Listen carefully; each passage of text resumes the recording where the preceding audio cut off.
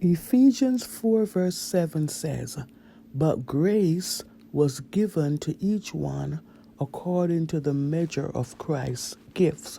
Or if we prefer, the King James Version, "But unto every one of us is given grace according to the measure of the gift of Christ." And I just want to talk a little bit about that this today, because a lot of times persons place other persons on a pedestal. I want us to understand that in everyone, in the best of us, there is evil, possibility of evil or negativity. And in the worst person, there's a possibility of change and something positive.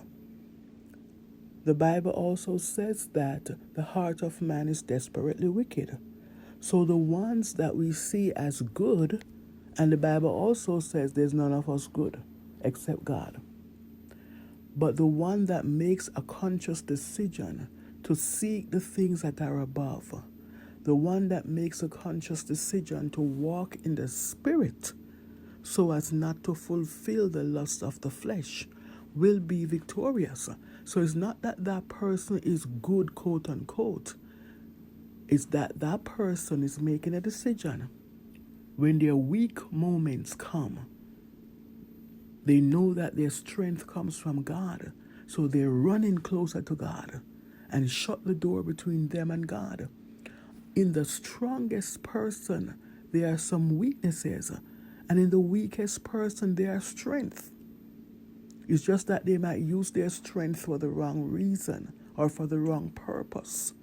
It manifests itself in a negative way, but there are some strength.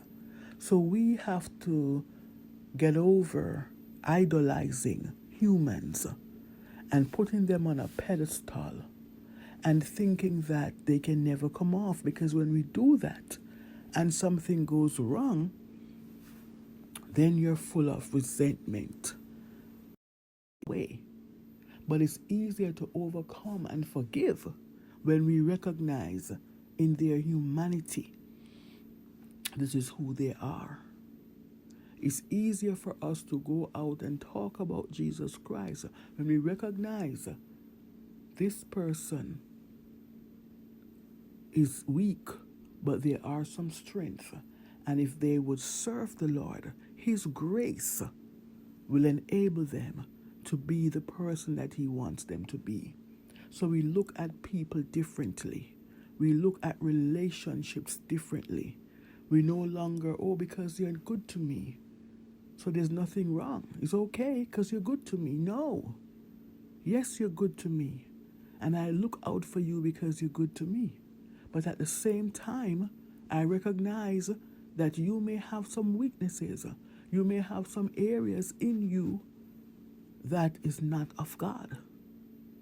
You may be doing some things that's not right. And I can tell you that in love, based on our relationship, because I recognize it is the grace of God that we have been given that enables us to choose Him, to look to Him, to come before Him in repentance for forgiveness of sin. And this is what enables us to walk the Christian journey. It's not because we are already perfect. Because no matter how you try to observe the letter of the law, you would not be able to do it. And if you fail in one area, you fail in all. You ever heard old-time people say, every liar is a thief? Because if you fail in one area, you're going to fail you're in danger of failing in all areas just as well.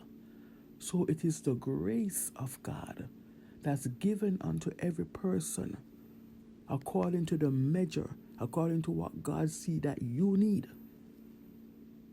Because we are saved through grace, by grace through faith. It is a gift of God that He accepts our person when we come to Him and we repent before Him and we choose Him, that He accepts our person.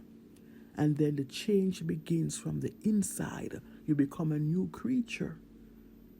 All things are passed away and all things become new. It is a gift of God. It's a grace of God.